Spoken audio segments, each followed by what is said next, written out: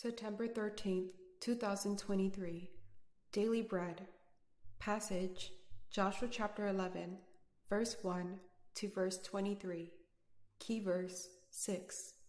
Title, Northern Kings Defeated.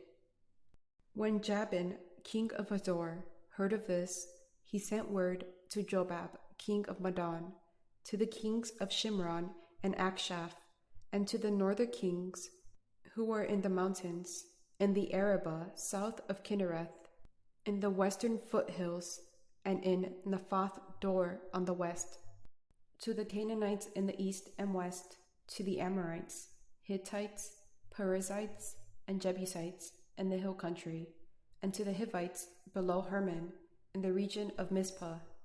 They came out with all their troops, and a large number of horses and chariots, a huge army, as numerous as the sand on the seashore.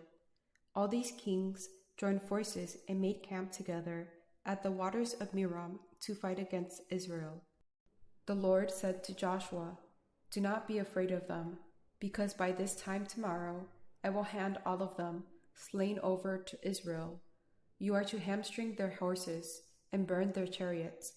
So Joshua and his whole army came against them suddenly at the Waters of Merom and attacked them. And the Lord gave them into the hand of Israel. They defeated them and pursued them all the way to Greater Sidon, to Misrephoth Maim, and to the Valley of Mizpah on the east, until no survivors were left. Joshua did to them as the Lord had directed. He hamstrung their horses and burned their chariots. At that time Joshua turned back and captured Hazor and put its king to the sword.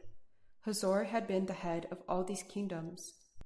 Everyone in it they put to the sword. They totally destroyed them, not sparing anyone that breathed, and he burned Hazor itself.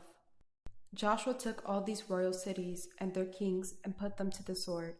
He totally destroyed them, as Moses, the servant of the Lord, had commanded. Yet Israel did not burn any of the cities built on their mounds, except Hazor, which Joshua burned. The Israelites carried off for themselves all the plunder and livestock of these cities, but all the people they put to the sword, until they completely destroyed them, not sparing anyone that breathed. As the Lord commanded his servant Moses, so Moses commanded Joshua, and Joshua did it. He left nothing undone of all that the Lord commanded Moses. So Joshua took this entire land, the hill country, all the Negev, the whole region of Goshen, the western foothills, the Arabah, and the mountains of Israel with their foothills. From Mount Halak, which rises toward Seir, to Baal Gad in the valley of Lebanon, below Mount Hermon. He captured all their kings and put them to death. Joshua waged war against all these kings for a long time. Except for the Hivites living in Gibeon, not one city made a treaty of peace with the Israelites, who took them all in battle. For it was the Lord himself who hardened their hearts to wage war against Israel, so that he might destroy them totally, exterminating them without mercy, as the Lord had commanded Moses. At that time Joshua went and destroyed the Anakites from the hill country, from Hebron, Debir and Anab, from all the hill country of Judah, and from all the hill country of Israel. Joshua totally destroyed them and their towns. No Anakites were left in Israelite territory. Only in Gaza, Gath and Ashdod did any survive. So Joshua took the entire land, just as the Lord had directed Moses, and he gave it as an inheritance to Israel, according to their tribal divisions. Then the land had rest from war. Daily Bread Message.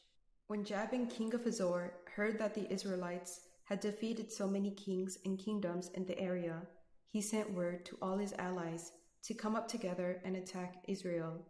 They were a huge army, as numerous as the sand on the seashore. They also had a large number of horses and chariots. Surely this must have been a fearful sight. But again, God assured Joshua and Israel in verse 6, "Do not be afraid of them, because by this time tomorrow I will hand all of them slain over to Israel." With this sure promise from God, Joshua and his whole army came and attacked them. Then the Lord gave them into the hand of Israel. The Israelites defeated all those enemies completely by the help of God.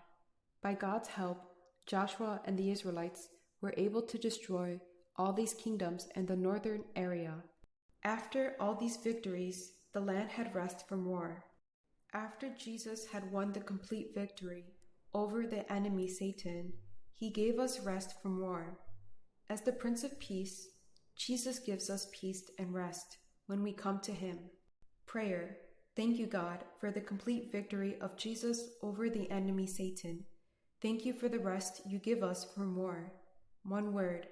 God gives us complete rest after complete victory in Jesus.